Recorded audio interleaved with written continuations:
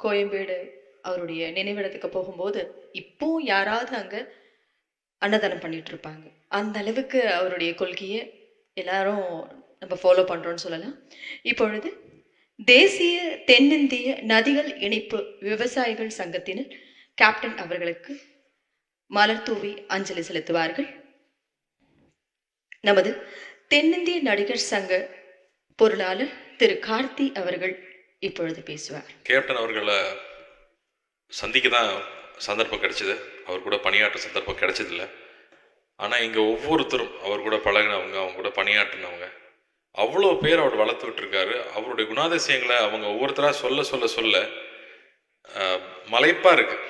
நம்ம சரித்திரத்துலேயும் ஹிஸ்ட்ரியிலையும் தான் அந்த மாதிரி மக்கள் இருப்பாங்கன்னு படிச்சிருக்கோம். அப்படி உண்மையாகவே நம்ம கூட வாழ்ந்த ஒருத்தர் கேப்டன் அவர்கள்னு நினைக்கும் போது அவ்வளோ சந்தோஷமாக இருக்குது, அவ்வளோ பெருமையாக இருக்குது. அவர் இருந்த தமிழ் சினிமாவில் நாமளும் இருக்கோம் அப்படிங்கிறது ரொம்ப பெருமையாக இருக்குது.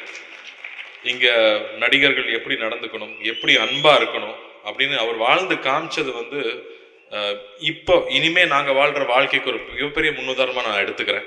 ஒவ்வொரு விஷயம் பண்ணும்போதும் அவரை மனசில் நினச்சிட்டு பண்ணணும்னு ஆசைப்பட்றேன். ஒரு மனிதன் முற்றும் அன்போட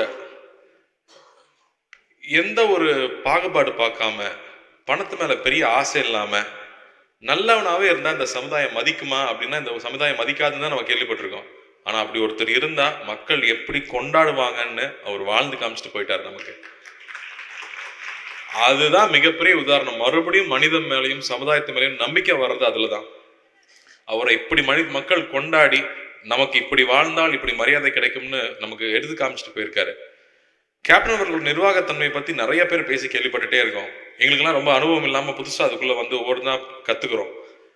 ஒரு ஒரு ஒரு நிகழ்ச்சி நடத்தினா எப்படி ஃபுட் ஆர்கனைஸ் பண்ணுறது, எப்படி அவங்களை நல்லபடியாக ரூமில் கொண்டு போய் சேர்க்கறது, நல்லபடியாக அவங்கள ஃப்ளைட் ஏற்றி திருப்பி அனுப்புறதுன்னு 2 ஷோ பண்ணும்போது ஒவ்வொரு நாளும் கேப்டன் அவர்களுடைய எப்படி கவனிச்சிட்டாருன்னு வந்த ஆர்டிஸ்ட்லாம் சொல்லிகிட்டே இருப்பாங்க. அப்போ நம்ம இன்னும் பெட்டராக பண்ணணும், கேப்டன் அளவுக்கு பண்ணணும்னு எங்களுக்கு ஒரு பெரிய ஒரு பெஞ்ச் மார்க் அவர் செட் பண்ணிட்டாரு. கேப்டன் அவர்கள் இதுக்கு எங்களுக்கு செட் பண்ணியிருக்க பெஞ்ச் மார்க்கை மீட் பண்ணுறதுக்கு நாங்கள் இன்னும் நிறைய உழைக்கணும்னு எனக்கு தெரியுது. இங்கே எல்லாருமே ஒன்று சேர்ந்து ஒரு நல்ல அன்போடு எல்லாரும் பேசுறதே அவருடைய ஆசீர்வாதம் நினைக்கிறேன். அவர் ஆசீர்வாதத்தை சீக்கிரம் கட்டிட முடியும்னு நான் நம்புறேன்.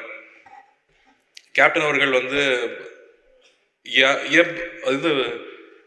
தராதரம் பார்க்காம பழகியிருக்காரு.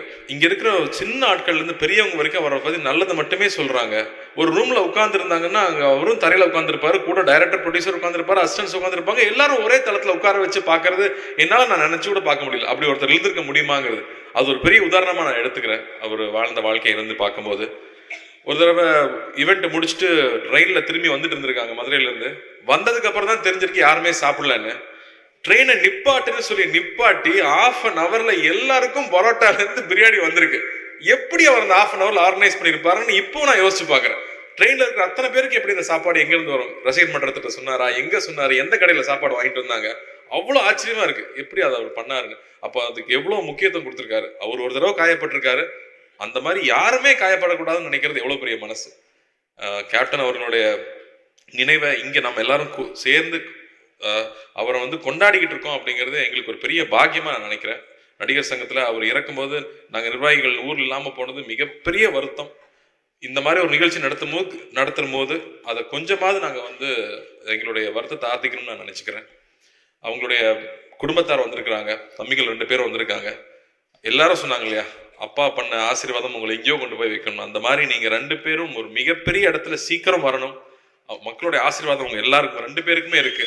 என்னுடைய வேண்டுதல் நீங்க 2 பேரும் மிகப்பெரிய இடத்துல அப்பா மாதிரி நீங்களும் இருக்கணும் அப்படிங்கிறது என்னுடைய பெரிய ஆசை. அது நிச்சயம் நடக்கணும்னு நான் நம்புறேன். இங்க வந்திருந்ததுக்கு உங்க 2 பேருக்குமே நன்றி. சுதீஷாருக்கும் நன்றி. எல்லா இயக்குநர்களுக்கும் தயாரிப்பாளர்களுக்கும் ஒன்று சேர்ந்து ஒரு சமூகமா இங்க இருந்து ஒரு குடும்பமா இங்க இருக்கிறதே அவ்வளவு சந்தோஷமா இருக்கு. அவர் ஆசீர்வாதத்துல நிறைய நல்லது நம்ம எல்லாருக்கும் நடக்கும் நம்புறேன்.